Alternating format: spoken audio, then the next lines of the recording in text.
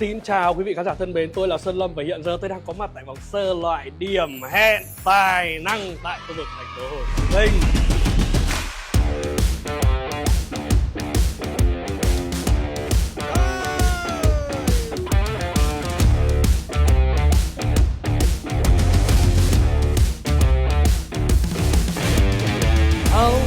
Là còn đây mà. Kho sáng tác của em cũng trên dưới 100 bài.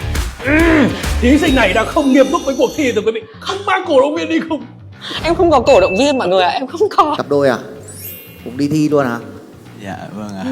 À, hay lên song ca bài. Em muốn làm ca sĩ hay là chưa đúng không? Hay là em muốn làm gì? Là muốn là một cái người celebrity à? Thật ra là em không giới hạn bản thân mình.